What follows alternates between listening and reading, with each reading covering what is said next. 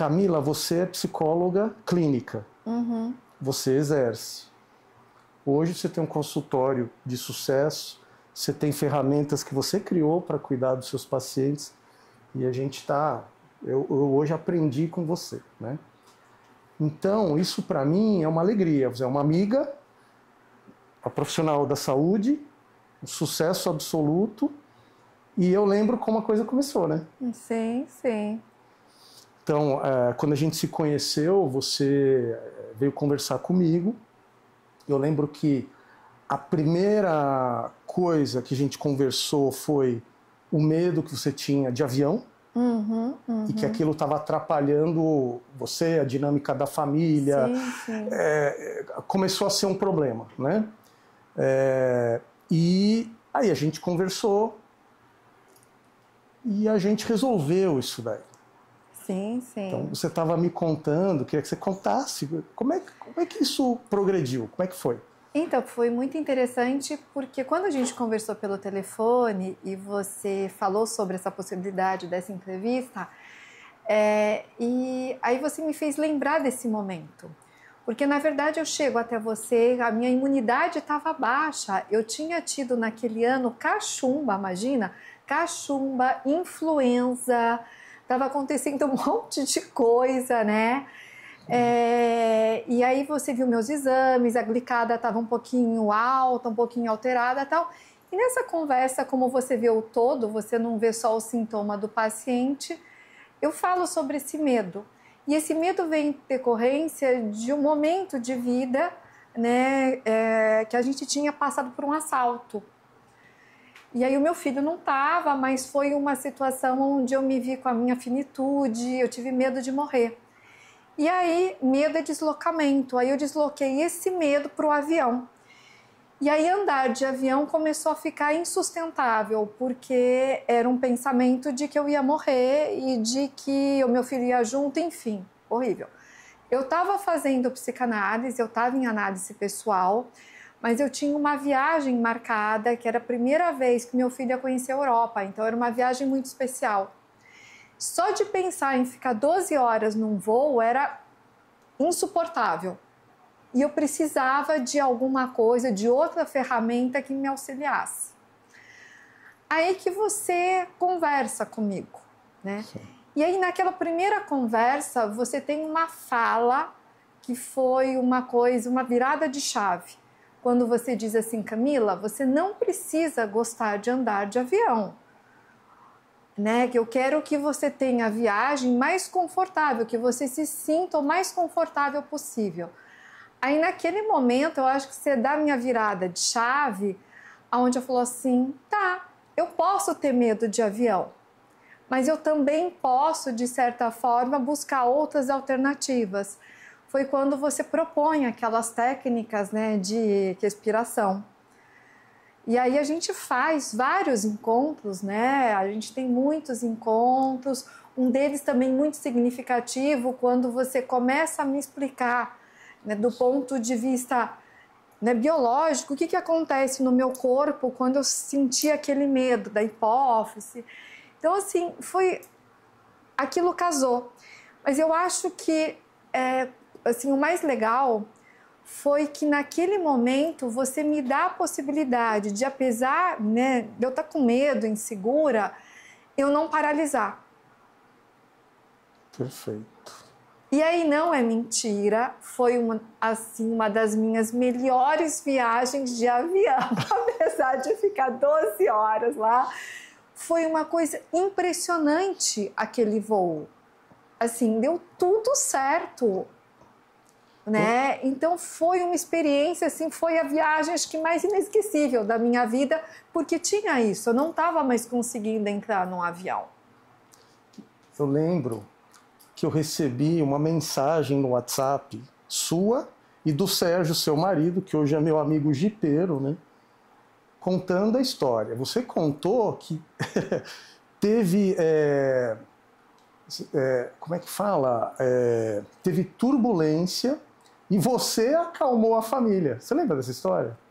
E o Sérgio foi uma coisa muito emocionante. Isso tudo, para mim, a grande recompensa de fazer o que eu faço. Porque o Sérgio mandou uma mensagem, se você lembra, linda, agradecendo. Ele era meu paciente na época, eu né? acho que ele mandou, eu lembro, uma foto que estava eu e o Gabriel em frente à Torre Eiffel.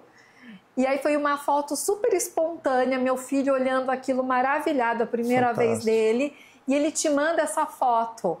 E ele escreveu que isso tudo mudou a dinâmica da família, porque o Sérgio trabalhava, né, em empresa internacional, viajava muito, você não conseguia mais ir, o Gabriel, seu filho, portanto, não ia, e dessa vez mudou, né?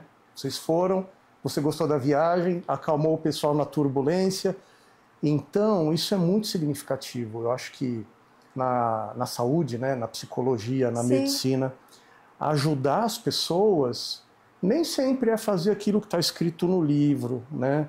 Nem sempre é fazer, olha, vai acontecer exatamente isso no seu exame.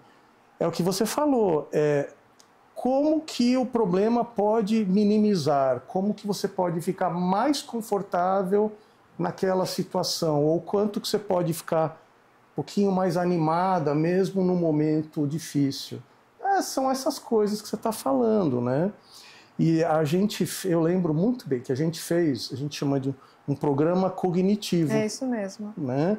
Normalmente, esse programa ele é feito pelo profissional e pela pessoa que vai passar pelo programa. Então, a gente sempre conversa juntos e toma decisões juntos. Primeira coisa. Segundo, a gente explica o que está acontecendo. E eu lembro, eu estava lá com a tela do computador mostrando lá o sistema nervoso central, né, o sistema límbico, hipófise, hipotálamo, as amígdalas cerebrais. E eu lembro quando eu falei, olha, a sua percepção passa por aqui, o nosso sistema nervoso ele é biologicamente preparado para nos alertar e isso gera medo. Parece que naquele momento as coisas se encaixaram, né? Sim, sim. Teve um momento aí, né, que caiu a ficha e você virou a chave. Eu acho que me ajudou muito porque sempre quando eu estou em alguma situação, porque assim, não é aquilo, eu continuo não gostando de andar de avião, ponto. Mas só que aquilo não vai mais me paralisar. E quando aquilo vem, eu lembro dessa explicação e eu lembro daquela fala que entrou dentro de mim, a tua fala, tipo assim, você não precisa gostar disso, né? Mas uma coisa que eu queria falar é uma coisa muito importante que você faz, não só comigo, mas com seus pacientes, e eu acho que a medicina está se perdendo nisso, que é a questão da escuta. Você me escutou naquele momento, você me escuta e você me acolhe naquele momento. E aí você tem um outro olhar sobre mim. Então eu acho que muitas vezes é exatamente isso, que você não viu ali um monte de exame. Você quis saber além o que estava acontecendo e que momento de vida eu estava. Exatamente isso. E você mesma falou, era um momento complexo, né? Tinha um monte de coisa acontecendo. Mas, assim, o que foi... A gente tem que escutar um ao outro, isso é um fato. Quando a gente trabalha com a saúde, às vezes nem a própria pessoa que nos procura sabe qual é o problema ou qual é a causa. Às vezes a pessoa acha que a causa é uma coisa e a gente consegue, escutando, descobrir que é outra. Né? No seu caso, inclusive, tinha uma suspeita de fobia. E aí eu pedi para você me contar a história, eu lembro que tinha essa questão do assalto, e teve algum voo que vocês passaram por uma turbulência, né? Também, teve. Que também você teve aquela sensação de vou morrer, não é? Mas esse voo foi uma ponte aérea que eu estava voltando do Rio. Meu filho era pequeno. Eu fui assaltada no Rio, num arrastão na praia. Então eu estava já muito vulnerável nesse voo. E nós pegamos uma tempestade muito forte entrando aqui em São Paulo. E aí meu filho, né, com a ingenuidade de uma criança, disse: tchau mundo, o avião vai cair. Nesse momento que ele tem essa fala, eu me desespero, porque eu vejo que essa possibilidade podia ser real. né? Então foram vários acontecimentos que foram ocorrendo aonde eu me dou conta da questão da finitude. Por isso que eu desloco isso tudo no avião. Olha, que incrível. Primeiro, queria te falar que eu agradeço você estar trazendo essa história para nós, porque daqui o que a gente vai trazer é benefício para as pessoas que estão ouvindo, estão nos vendo e vão entender. É muito legal da sua parte. E eu lembro que tinha essa história da fobia, e quando você me contou essas histórias, eu pensei assim, não, isso é um trauma, né? Como eu tenho vários traumas e todo mundo tem os seus traumas, é o que a gente... é o que se aproxima mais do que a gente chama de síndrome do estresse pós-traumático. Aconteceu uma coisa muito significativa que fica ecoando, né? O nosso sistema nervoso central ele fica avisando, olha, pode acontecer de novo. A gente revive. E foi aí, acredito eu, que a gente começou a resolver essa parada. Porque se a gente fosse no caminho de um diagnóstico como fobia, o tratamento é diferente, primeiro. Segundo, foi quando a gente entendeu que a coisa começou a dissipar. Mas foi incrível, porque os programas cognitivos que a gente, em geral, combina, levam pelo menos 8, 12 sessões, né? E aí eu me sinto um pouco na psicologia também. Mas eu lembro que a chave caiu na terceira. Depois a gente continuou, porque tinha outras questões clínicas e outras questões legais para a gente trabalhar. Mas o seu medo de voar, ele, logo no começo do programa, ele dissipou. E foi nessa hora, acredito eu, que a gente viu a fisiologia toda. E aí veio, depois que vocês voltaram de viagem, que eu vi aquela coisa toda, aquilo me encheu de alegria, né, Camila? Foi... Agora, não foi só isso que me marcou positivamente, né? Na época, quando a gente falou da hemoglobina glicada, que tem a ver com metabolismo, né, com diabetes, etc., você falou que queria emagrecer. E nós juntamos as duas coisas. Não, aí pedi para você passar com a nutricionista, a gente continuou as consultas. Você emagreceu saudavelmente. Sim, mais do que eu esperava. Eram 4 quilos e de repente foram 8, 9 quilos. Foi incrível. Mas sem Mounjaro e sem Ozempic. Não tinha nada, não tinha, não tinha. Exatamente. Não tinha nada disso, né? Mas mesmo que tivesse, foi a mesma chave que você virou, né? Ali você mudou o seu estilo de vida. E é quando a gente vê que os novos hábitos eles vêm para ficar. Quando a pessoa decide, eu quero isso para mim. O que aconteceu? Só que você nunca mais ganhou peso. Você é a pessoa que eu conheço, uma das pessoas que eu conheço de mais sucesso nessa trajetória de estilo de vida. Você nunca mais ganhou peso, né? E a outra coisa que me encantou muito, onde eu queria chegar, você estava numa situação que você teve cachumba, imunidade baixa. Total. Estava acima do peso, né? Numa situação totalmente desafio de vida, precisava voar, tinha medo. Você estava num momento profissional, você não sabia para que lado ir. Você estava... Ainda me reencontrando aqui em São Paulo, né? Porque eu também tinha deixado Campinas, que eu tinha tido... que eu tinha uma vida em Campinas, consultório em Campinas, era conhecida lá em Campinas, venho para uma cidade sem rede de apoio, meus pais, minha sogra, meu sogro, não sabe, moravam todos lá, os amigos, né? Então, assim, eu numa cidade diferente, uma cidade grande como São Paulo, que eu acho um pouco assustadora quando a gente vem para cá. Então, eu ainda estava me encaixando também naquele momento. E aí, a gente que trabalha com estresse, comportamento e estresse, é a área que eu gosto mais de atuar. Qualquer mudança de vida traz estresse. Mudanças de casa, de cidade, mesmo que para melhor, às vezes a pessoa vai para uma casa maior, mais bonita, tem um estresse atrelado, um estresse emocional. Então você estava num momento extremamente complexo de vida, né? Difícil. E mãe e esposa, que é mais complicado ainda, né? Sim, e marido viajando e eu ficava sozinha aqui 15, 20 dias, meu filho era pequeno, não sabia andar direito de carro aqui em São Paulo, porque me perdi até no Waze. Sim. Então, assim, muita coisa. São Paulo é uma selva de pedra, né? Sim, sim. E hoje, eu acredito que é um processo global, né? Tudo isso, o que a gente trabalhou, o programa cognitivo, comportamental, que a gente trabalhou, tanto para o medo de voar, quanto para a questão de saúde, adesão aos hábitos de vida, alimentação, perda de peso, eles abrem horizontes todos emocionais, cognitivos, biológicos para sucesso em outras áreas da vida, né?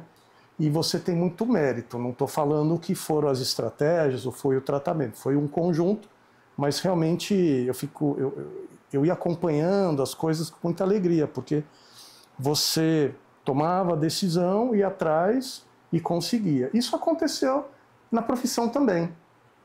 Hoje você tem um consultório muito legal, você criou ferramentas de trabalho que eu acredito que serão usadas por outros profissionais, né? Com certeza você está abrindo horizontes na psicologia. E você atua em saúde mental da mulher, né? Então, eu nichei, eu fiz esse ano, exatamente 30 anos de formado. Eu me formei muito nova, aos 22 eu já estava com consultório. Ninguém vai acreditar, mas segue. Não, é sério, mas segue. E aí, assim, daí vamos fazer um gancho interessante, que é o seguinte, você estava falando que eu aderi às questões de mudança de vida, né, que a gente conversou tal. Eu acho que uma coisa muito interessante foi que você me preparou, você, a Núcleo, a Débora, né, vocês me prepararam para esse momento do climatério, que é a mulher de 50. Então, assim, essa reeducação veio antes de eu entrar nos 50 anos. Então, foi muito mais fácil eu entrar nesse climatério, que já tem um pouco desse ganho, o corpo que vai mudando, a falta de hormônio e tal. Mas eu aderi àquilo como que eu quero ter uma vida saudável, eu quero envelhecer bem. Né? Esse foi o meu gatilho naquele momento.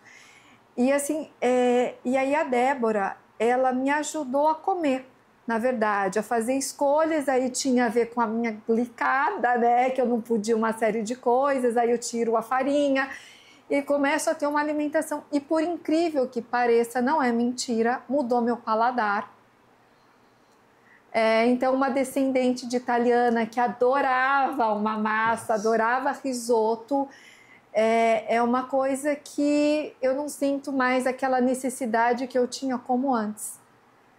Hoje você come. Eu como, mas não é mais assim, eu me satisfaço com uma quantidade pequena, eu não preciso daquela farinha sempre. O começo foi difícil, mas eu acho que vocês também me prepararam para esse momento de fazer os 50 anos, que é quando eu faço 50, 2 anos atrás, e é onde eu decido nichar minha clínica. Eu falo assim, olha, quer saber, eu vou trabalhar com o feminino e eu vou escutar mulheres, que assim como eu atravessaram momentos de vida difíceis e estão enfrentando essa questão do envelhecimento. E foi aí que surge essa minha clínica voltada ao público feminino. Você sabe que eu tenho uma teoria que é o seguinte, mais para o médico, né? Mas vamos pensar no profissional de saúde de forma geral. Meu caso é típico. Às vezes a gente escolhe a especialidade muito antes, né? Às vezes até de forma inconsciente, depois que ela aparece, como se estivesse adivinhando necessidades próprias dos nossos familiares ou de nós mesmos. Eu tenho um monte de problema clínico, venho de uma família de cardiopatas e assim vai, me cuido pra caramba e sou um médico clínico especializado em medicina comportamental. É tudo que eu mesmo preciso. Mas quando eu tomei essas decisões, eu não sabia como ia ser a evolução, a minha evolução médica, né? Só que no seu caso, um pouco o inverso, quer dizer, você usou a sua experiência, você acredita que é muito importante a mulher estar preparada para o climatério, está ajudando outras pessoas, as suas pacientes, né? Nada melhor do que o profissional ter a experiência pessoal para entender o que se passa com o seu paciente, né?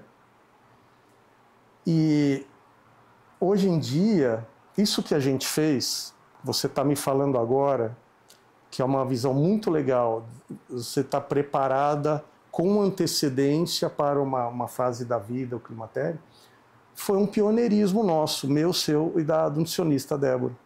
Porque hoje, uns 3 anos para cá, está vindo uma onda, uma abordagem nova da área da saúde, que é o Health Span.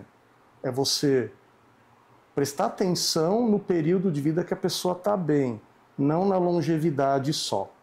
Então, os esforços para você prolongar os anos de vida que a pessoa está legal, saúde, está legal de cabeça, a produtividade, energia, são diferentes do que a gente vinha fazendo, né?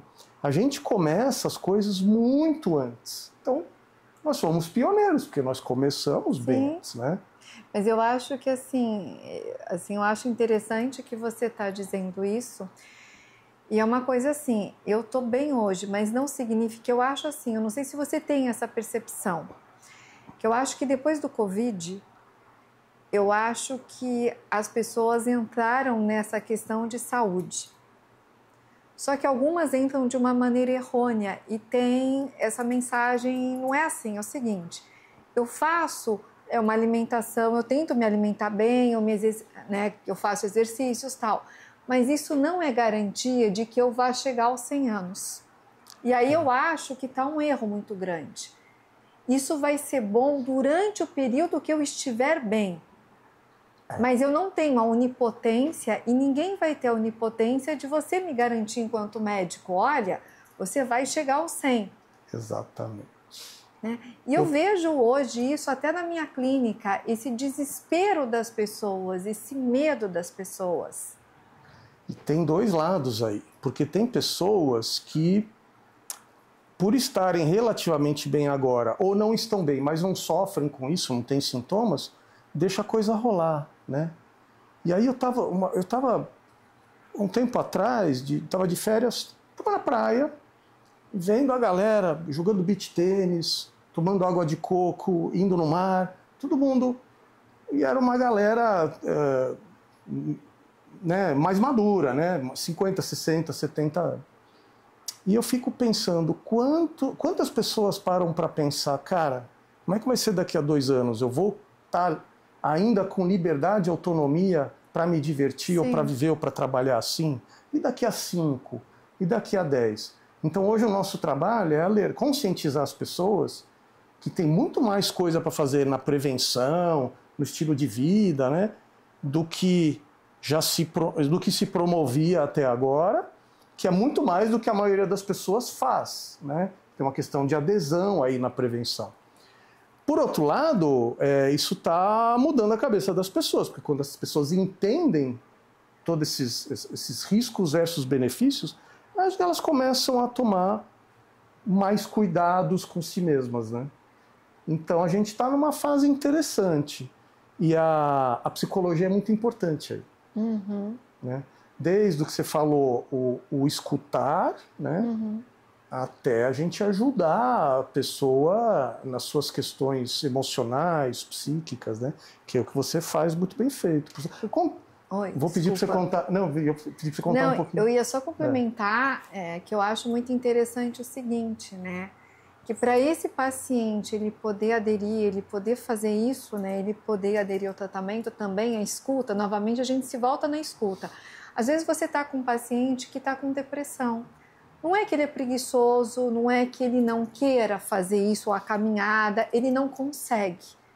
E aí é uma escuta adequada desse paciente para que você possa encaminhar, para que depois desse encaminhamento ele possa, de certa forma, aderir a esse tratamento. Então, assim, o tempo todo a escuta desse médico, né?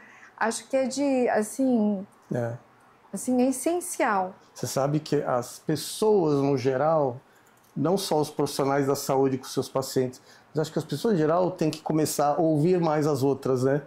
Total, total. Então, eu acho que aquele papel seu foi de uma importância. Por isso que talvez a gente criou um lugar ali, né, muito especial, onde, sem saber, você me fala aquilo sem saber que essa fala entra de mim de um jeito que foi transformador, né? Quando você diz, você não precisa gostar de voar. Cara, você me liberta ali. Foi libertadora aquela fala. Não, eu não gosto. E hoje eu não tenho vergonha nenhuma de admitir isso. Não é porque eu sou terapeuta que eu preciso gostar. Não é porque eu sou psicóloga que eu não vou ter medo. Ao contrário, né? Sim.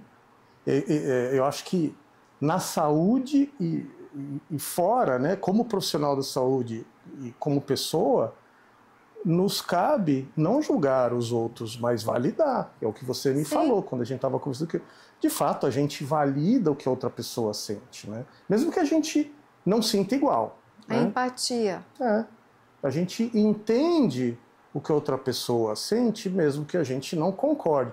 São coisas diferentes, né? Validar, empatizar, né? Não julgar, de concordar ou de ser igual, né? E, filosofando um pouquinho, eu acho que se houvesse mais disso no mundo, a gente teria menos guerras, né? A gente teria menos conflitos, a gente teria menos problemas, porque as pessoas seriam mais pacíficas, né? Se entenderiam, pelo menos se entenderiam, né?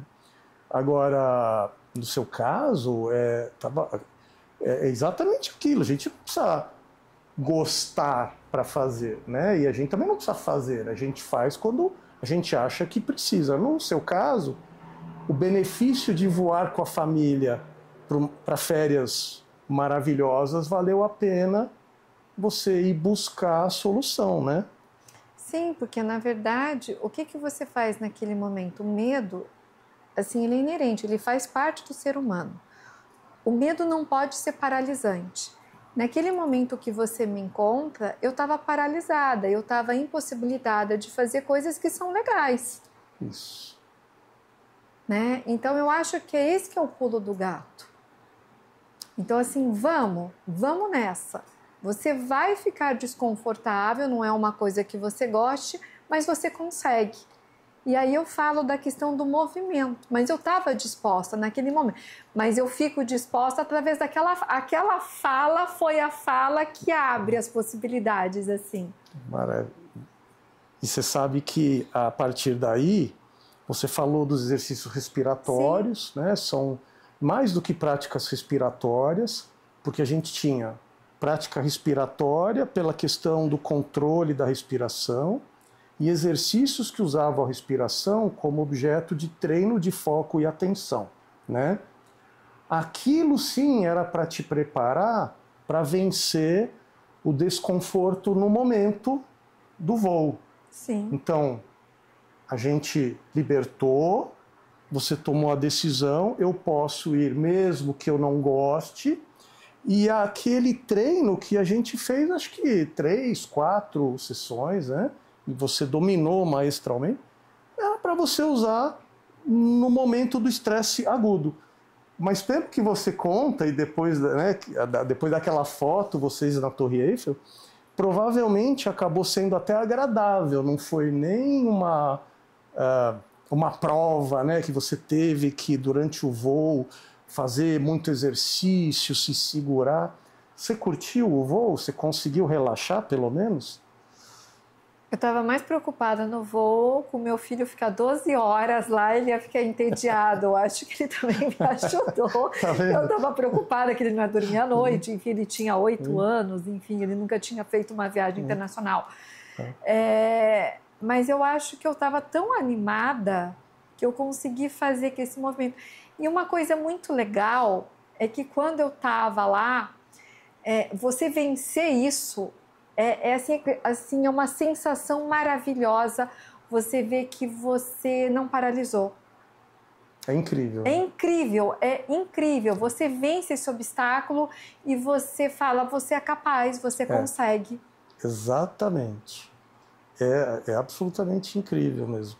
Prazeroso, né? Sim. Olha, consegui, né? Consegui. Eu não acredito, mas eu tô aqui. Por isso que essa viagem, talvez, eu me lembro dela com um carinho, que eu falo, gente, acho que foi a melhor viagem que eu fiz na minha vida, porque tinha uma série de coisas ali importantes. Sim. Uma delas que eu consegui vencer isso. Exatamente, é exatamente isso. O fato de você ter ficado preocupada se o seu filho ia se entediar ou não, significa aquilo que a gente estava falando. Você não estava sofrendo com o medo naquele momento. Aquele medo não estava lá te paralisando, né? Sim.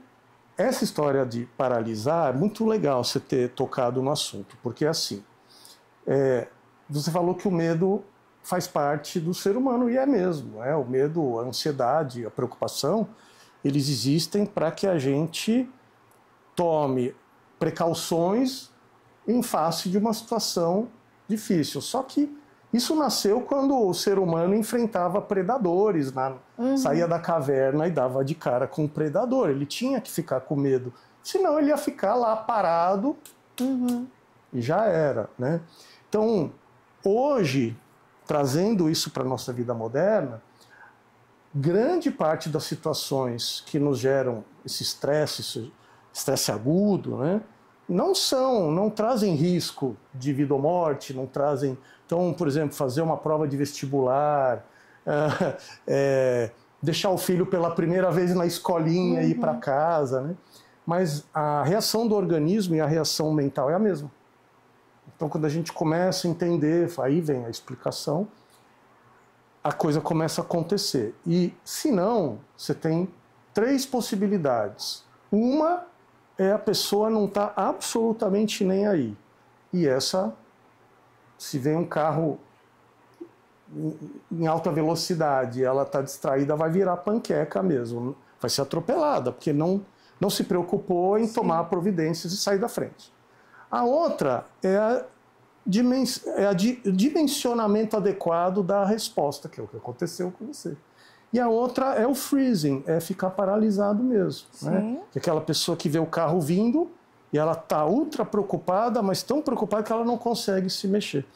Então, como dizem, tudo na vida é uma questão de equilíbrio. Né? Quando a gente trabalha com medo, com ansiedade, com estresse, a gente não vai extinguir o medo, a gente só vai modelar, deixar ele funcional, que te traga benefícios, né, que não te atrapalhe.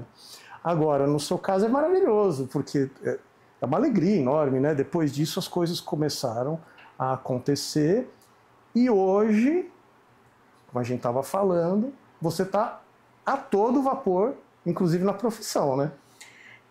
Eu começo a fazer uma pós, né, aqui no Einstein também. Essa pós também me trouxe algumas ferramentas interessantes para mim trabalhar na clínica, e aí eu fui moldando, e aí assim, já que a gente está falando de medo, eu também venci outros medos, que é o seguinte, eu fiquei parada aqui em São Paulo, eu estava estudando tal, mas eu não estava clinicando durante um período de 6 anos, né? 6 anos. 6 anos que eu fiquei, né, aqui e tal, mas sempre estudando, sempre fazendo, mas sem o consultório, que é a minha paixão, atender as pessoas. E aí, quando eu volto para o Einstein, na pós-graduação e tal, aí eu decido voltar de novo ao mercado de trabalho. Só que era um mercado de trabalho agora digital, que você tem que fazer vídeo, você tem que aparecer, que eu também morria de medo. Que eu também estava com medo de voltar aos 48, aos 49 de novo para esse mercado. Então, olha como o medo vai, de certa forma, ele está presente. Mas é o que você falou, o que eu vou fazer com esse medo cabe a mim. Ou eu paro, ou eu continuo. Exatamente. Né? E essa fala tua, voltando a essa fala, você vai falar assim, nossa, Camila, mas você só fala disso. Mas é que ela me lembra tudo, porque assim, sempre você é atravessada por vários medos. E quando você me diz, não é só no caso do avião, mas eu vou continuar tendo alguns medos, mas eu tenho que fazer alguma coisa. É dimensionar para você ter o melhor resultado, né? Que você faz muito bem. É isso, mas não que eu não tenha. É o que você falou, sempre a gente vai ter crises na vida, vai ter intercorrências, tal, mas eu vou ter que administrar isso. Exatamente. Né? E essas técnicas né, que eu aprendi com você e tal, é uma coisa que eu acho bárbara também para o paciente que está com síndrome de pânico. Né? É incrível isso, porque você começa a focar em você e aí você vai sentindo bem-estar impressionante. E olha, não sei se você sabe, né? Não lembro se eu te contei essa história. A especialização em medicina comportamental no Brasil, ela aconteceu em ambiente universitário por um tempo muito curto. Então, em paralelo com a minha residência médica, que a gente chama de especialidade, eu sou clínico, trabalho com saúde do idoso e fiz medicina preventiva como residência. Mas eu achava que realmente faltava alguma coisa e a questão estava no comportamento e no emocional. Então eu participei de um pequeno grupo que criou o primeiro núcleo de medicina comportamental na Escola Paulista de Medicina, no departamento de psicobiologia. E ali, um dos meus primeiros assignments, um dos meus primeiros trabalhos, vamos dizer assim, foi cuidar do ambulatório de pânico.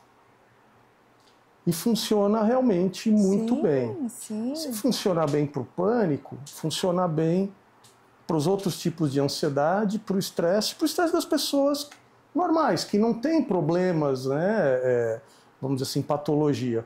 Ainda que eu não seja psiquiatra, com esses elementos de ciência comportamental aplicados na saúde, a gente consegue tratar pânico, fobia, estresse.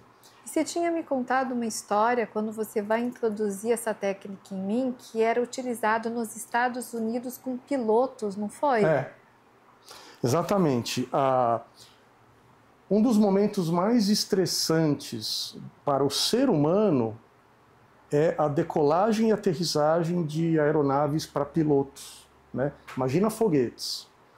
E as companhias aéreas grandes comerciais, elas têm inúmeros trabalhos mostrando que na hora da aterrissagem e na hora da decolagem, o estresse é tão grande que até o colesterol do cara sobe.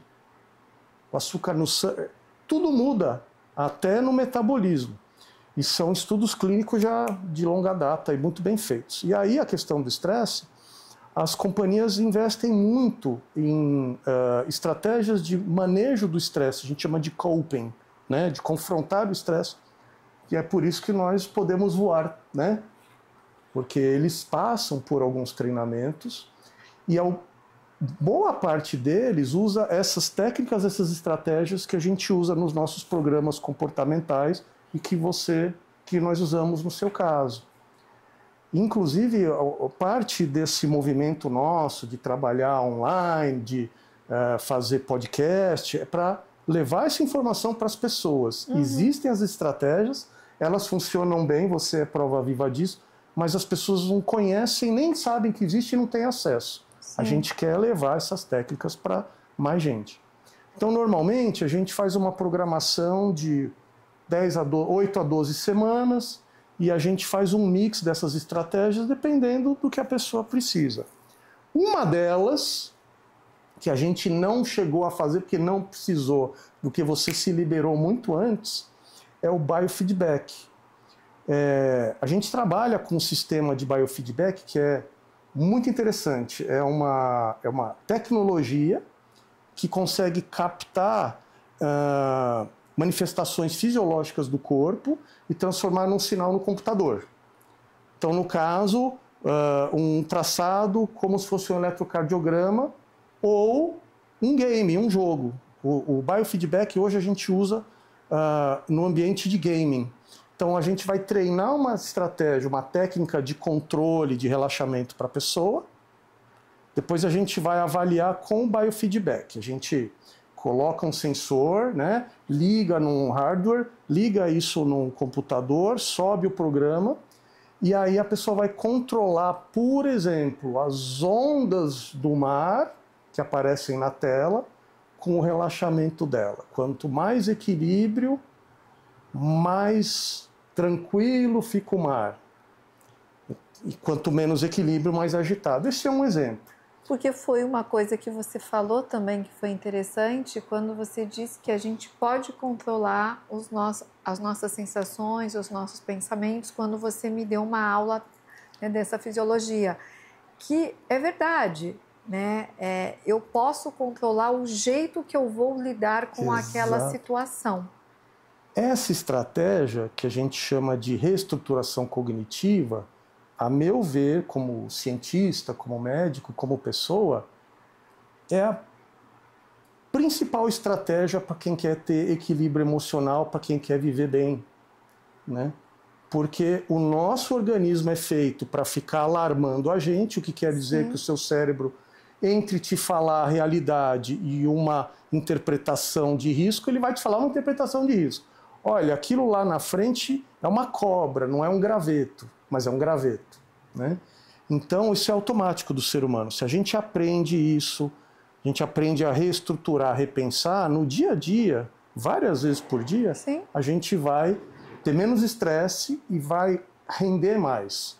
Produtividade, foco, concentração. Então, a gente usa essas estratégias hoje, não só para problema de saúde ou para estresse. A gente usa para performance cognitiva. É isso que eu ia falar, vestibular. Vestibular. A gente tem cases de vestibulandos maravilhosos. O pessoal que vai prestar, advogado prestando prova da OAB. A pessoa que vai passar por um processo seletivo importante. Então, a gente usa essas técnicas para a pessoa melhorar do ponto de vista emocional, cognitivo, comportamental, e elas funcionam. Sim. O biofeedback que eu estava explicando, ele especificamente foi usado muitas vezes pela Boeing na simulação de voo dos seus pilotos. Eles têm aqueles simuladores, né? Super high-tech. Mas o que é mais high-tech é que eles treinavam por o mesmo sistema que a gente usa aqui no Brasil, em São Paulo. A gente trabalha com os pacientes e os clientes. Eles usam para treinar o controle do estresse nos pilotos. Então, funciona perfeitamente. Isso tá na internet. Se você pesquisa lá online, aparece todo o case deles construído em cima dessa estratégia, né? E tem outras. As respiratórias, que a gente usa às vezes para controle fisiológico e às vezes para o foco e a concentração, elas são fantásticas.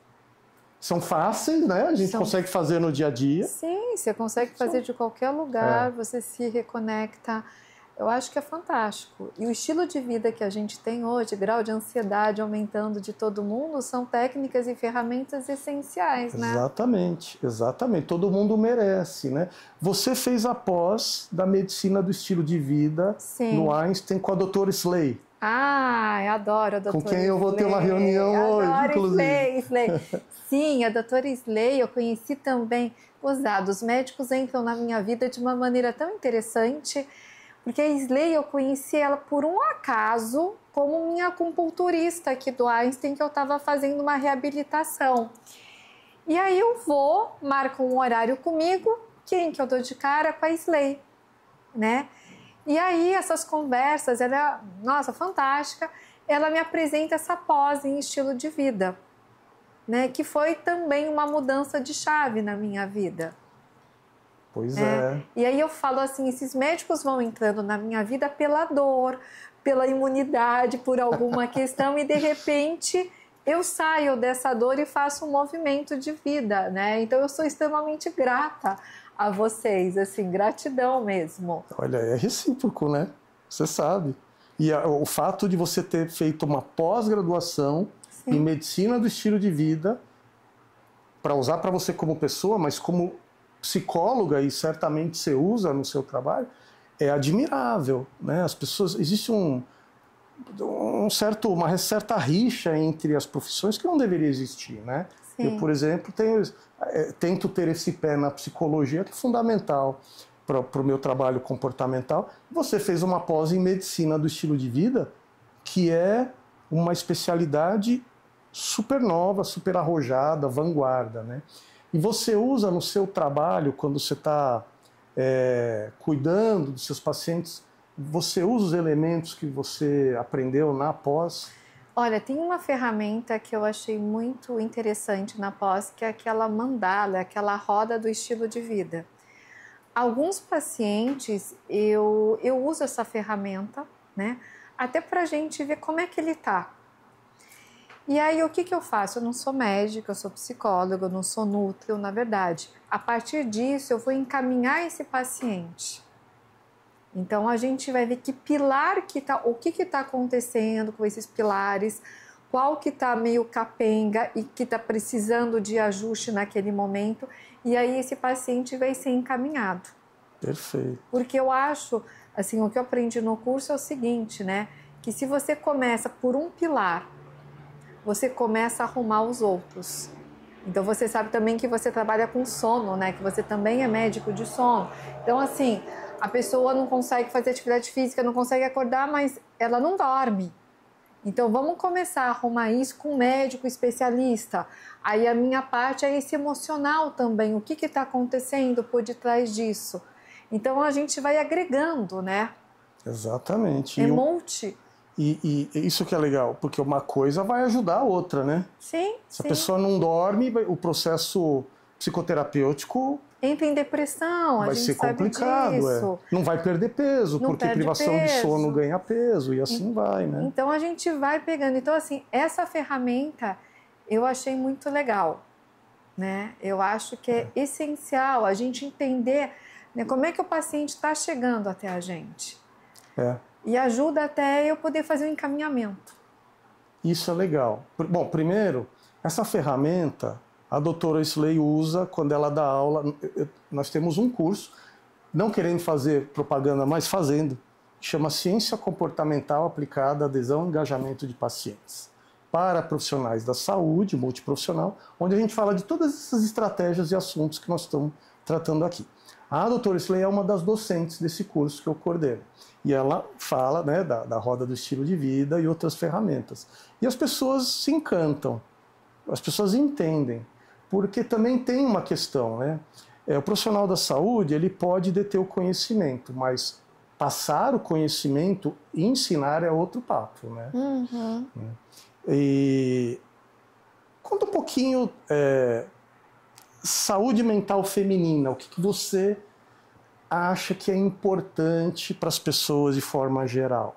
E que você orienta pacientes, assim, de todas as tribos? Na verdade, foi interessante que quando eu faço esse nicho, então eu decido nichar essa clínica e criar esse consultório de psicologia feminina, o enfoque era com essas mulheres de 40, 50 a mais. E por incrível que pareça, começa a chegar as mais jovens na minha clínica, não começam a chegar as 40onas, as 50onas, são as de 30 anos. Né? Olha. E aí vai surgindo as mais velhas nessa jornada. Mas eu acho assim, uma coisa que atualmente está me assustando demais, mas demais na minha clínica, é a relação de nós mulheres com o corpo, né? Com legal. A questão da disformia corporal, de como a gente está sendo, de certa forma, aprisionada num padrão que é surreal, e o grau de sofrimento que isso está causando para todas nós mulheres. A questão do envelhecimento, como isso dói, como isso é sofrido.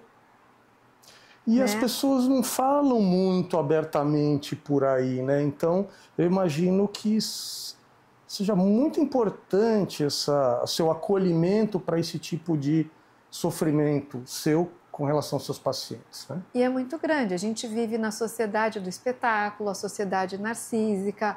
As mulheres, elas... vem fotos de filtros e tal, e aí a gente tem um padrão, e todas querem se encaixar. Então eu acho que esse sofrimento de não pertencer, esse não pertencimento, é o que atravessa a minha clínica muito, os relacionamentos. Né? É incrível também como o Mounjaro, o Ozempic, Mounjaro, enfim, as canetas entram na minha clínica, né, com essas mulheres, muitas com uma dependência disso, né, e o sofrimento, e é um corpo surreal, é um corpo que elas nunca vão conseguir chegar. E aí a gente começa com uma série de transtornos, ansiedade, disformia, depressão. E como você trabalha essas percepções, os seus pacientes? Acho que cada caso é um caso, né? Mas você vê que as pessoas começam a entender e começam a se libertar também dessa... É um processo difícil essa libertação. O meu trabalho, eu acredito que tenha uma causa e que tem de lá de trás. Então, a gente vai ter que que visitar alguns pontos da nossa história para que a gente possa ver aonde que a gente paralisou ali. Esse corpo, para cada uma, ela tem um grau de importância. Por que eu preciso ser a mais magra? Por que eu tenho que ser a mais bonita? Para quem que você está fazendo isso? Por você ou pelo outro? Aí tem uma série de coisas que a gente vai resgatando juntas, para que ela possa elaborar e ressignificar e ela possa ter um novo lugar no mundo. É isso que a psicanálise faz. Eu não vou curar alguém, mas eu vou dar a ela, novamente, outras possibilidades dela ser e se ver no mundo. Perfeito. E mulheres no climatério, que passaram pela menopausa, você tem atendido pacientes que vêm com algum sofrimento emocional, psicológico, estresse relacionado a esse momento de vida? Então, o interessante é o seguinte, na clínica eu estou com as mais novas e eu tenho uma página no Insta que eu falo sobre isso. Nessa página chega essas mulheres mais velhas e elas ficam super identificadas com os stories que eu faço ou com as postagens e tal, mas elas não chegam na clínica. É interessante isso. Nossa. Mas elas chegam através assim, aquilo que eu estou falando, ela fica identificada e me manda uma mensagem. Né? Nossa, você me fez pensar nisso, eu não tinha visto. Porque, na verdade, assim, quando eu falo da menopausa, eu não vou falar de que eu vou curar você, eu não vou curar ninguém. Eu não vou falar de emagrecimento, eu não vou falar. Eu vou falar o que é envelhecer. E quantas dores a gente vai tendo aos 50 anos, que por mais que eu esteja bem aos 50, eu não tenho mais a cabeça de 30. Aconteceram muitas coisas na minha vida e eu não me encaixo mais, mas eu também não sou velha. E é exatamente isso que eu quero falar. Legal. Assim, ao contrário, hoje com essa abordagem Healthspan, eu vejo, não é só que acredito, a gente pode ficar melhor. Eu tenho questões minhas, né, até psicológicas e comportamentais anteriores, que hoje eu tenho consciência que eu vou melhor do que eu fui quando era mais novo, né? O corpo também vai mudando. Existem hoje formas da gente lidar com o envelhecimento do corpo para evitar aqueles malefícios todos da perda muscular, perda de massa magra, equilíbrio, cognição. Então hoje a gente tem ferramentas na medicina para prevenir isso. Então hoje, cada vez mais, a gente vai ver gente com mais de 60, 70, 80 com o corpo melhor do que quando tinha 30. É lógico que é mais difícil do que quando você tem 20 anos você se exercitar ou fazer tudo isso. Mas dá. É que antes não tinha essa cultura, essa consciência. Hoje a gente está trazendo, né? Deus. Agora, uma mulher que tem filho, marido, trabalha numa selva de pedra, como São Paulo, eu já considero uma heroína. Mas eu vou te fazer uma pergunta fictícia. Se você pudesse ter o superpoder de um super-herói, uma super-heroína, qual que seria? Nossa, que pergunta difícil. Um superpoder? Nossa, agora você me pegou. Vou te ajudar. Por exemplo, você preferia voar ou ficar invisível? Se você pudesse escolher. Acho que ficar invisível, não. Acho que voar. Voar que é movimento. Voar que eu posso ir em muitos lugares, que é a liberdade, a invisibilidade. Para terminar, eu vou te fazer outra pergunta diferente. Você tem um hobby? E se você não tem, você já pensou em ter? Qual seria? Eu não sei se pode falar de hobby, mas você sabe uma coisa que eu amo? É ler e escrever. Eu escrevo, gente, é assim uma coisa absurda. Quando eu tô muito nervosa, vamos assim na Covid, naquele momento horrível lá, tal. Você sabe o que me aliviava? Você não vai acreditar. Que foi onde eu assim escrevi meus melhores textos. Eu me refugiava na varanda, tava aquele silêncio absoluto, né, tal, e eu escrevia. E aquilo foi libertador. E aí a partir daí eu comecei a escrever. Quando você está escrevendo, como você se sente? O que acontece? Eu acho que eu me sinto liberta, eu acho que eu encontro o meu eu acho que eu relaxo, eu acho que, assim, é o meu momento, aquilo sou eu, assim, aquilo é a minha verdade, é o meu momento, sou eu, para mim é mágico aquele momento da escrita. E é isso faz muito bem para a saúde, principalmente saúde mental, porque nesse momento você não está pensando nos problemas, Sim. Né? Você está, vamos dizer assim, desligada dos problemas. Então é como se fosse uma meditação indireta, né? Sim. E você tem razão. Hoje é difícil a gente falar a palavra hobby, porque é muito mais. Hobby não é um passatempo, né? Você tem uma atividade de vida que te traz propósito, prazer, relaxamento, ganhos, né? Então você sabe que uma das internações que eu tive Covid e foi grave. Quando eu tive alta, finalmente, eu tenho um primo que é psiquiatra em Londres, ele é chefe de um serviço importante lá, e ele me falou, escreve. Eu comecei a escrever também, e aconteceu isso. E tem mais uma coisa, quando você está escrevendo, você está organizando algumas ideias que estavam lá voando, e às vezes ali saem coisas boas para a sua vida, né? Muita coisa legal, eu acho que a escrita para mim, e é incrível, sabe o que acontece comigo às vezes? É muito doido. Às vezes eu tô na esteira, eu tô na academia, tal, não sei o quê. De repente me vem um negócio que eu tenho que, assim, acabar a academia, correr e organizar isso. Fantástico. E aí dá texto. Fantástico. Parte do seu sucesso. Camila, quero te agradecer imensamente, sensacional, e já deixar um convite aberto para outros bate-papos eu adorei, acho que foi super legal, eu estava meio tensa, assim, né, o que eu vou falar, o que eu posso contribuir, mas eu achei que ficou super natural, assim, o nosso bate-papo, e fluiu um monte de assunto, né? A sua história é a contribuição para o ser humano, juro para você. Imagina. É verdade. Não, é verdade. Tudo que eu estou falando, né? A gente tenta não fazer propaganda de nós mesmos, até porque, do ponto de vista médico, não é o ideal. Mas, assim, o que eu acompanhei, né? Que aconteceu com você, não. Você fez acontecer. Putz, quanto mais a gente conseguir levar para as pessoas, mais pessoas nós vamos ajudar. É uma contribuição mesmo.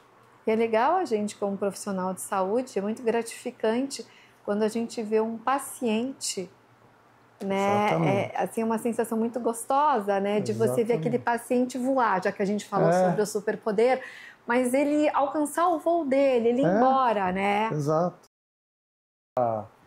A cuidar de uma moçada mais nova prestando vestibular. Só que assim, uma veio crise de pânico, outra veio labirintite, e aí começou, né? Os colegas me indicavam, né? E eu comecei a fazer o legal, que eu gosto de ser clínico e comportamental, é isso, eu faço o todo, completo, né? Eu faço anamnese, eu examino, eu peço exame, tava tudo ok, falei, tá, então, ano de vestibular, então nós estamos caminhando, bom, às vezes você tem que tratar o sintoma, a labirintite não tem jeito, né, tem que tratar, mas não tinha uma causa grave de sistema nervoso ou de ouvido interno. Aí eu comecei a aplicar exatamente, né, esses protocolos que eu criei. Então, começou. A primeira passou na faculdade de enfermagem, começou a estagiar, sumiu, né? Depois veio fazer check-up. A segunda, acabou a labirintite, tinha uma suspeita de transtorno de déficit de atenção, não quis fazer o programa, estava prestando esse hora de medicina, não passou. Aí no ano seguinte a mãe pediu para eu avaliá-la, fizemos um programa, passou. Aí vem um cara que estava prestando ITA pela 4ª vez, passou também. Passou? E foi assim. Mas você faz uma coisa interessante, pensa nisso depois, porque essa da labirintite, ela não tinha nenhum problema neurológico, alguma coisa tal. Mas assim, tem uma fala, novamente, assim, Lacan, que tudo que você não dá nome, o corpo adoece, que ele vai falar do sintoma. Boa. A partir do momento que você dá a possibilidade dele usar a palavra, né, dele nomear, o sintoma vai para outro lugar. Então, olha que legal, esse é o fundamento básico das estratégias cognitivas que a gente usa, né? Reestruturação cognitiva, a primeira coisa que a gente fala, dê o nome da emoção que você está tendo, o que você está sentindo. Uma técnica também que vocês fazem, que eu acho interessante, que eu estou usando no consultório, é assim, né? Como é que você está chegando aqui hoje? Então, naquele momento que o paciente entra, ele é obrigado a pensar no sentimento que ele está. Eu acho muito legal isso. E como é que você está saindo? Aonde ele vai ter que nomear isso. Eu acho bárbaro isso. Perfeito. Mas essa estratégia é legal porque é o seguinte, a intenção é fazer a pessoa tomar consciência dos seus comportamentos, emoções, riscos e dos benefícios de mudar o comportamento. Cara, é quando funciona, porque quando a pessoa... Não é você falando, olha, é melhor fazer, né? Exatamente, é quando ela se apropria disso. E assim, eu falo assim, como é que o paciente ele melhora? Eu acho que é quando ele se responsabiliza pelo tratamento dele. Então, que ele tem responsabilidade por aquilo, ele vai mudar. Cara, Exatamente.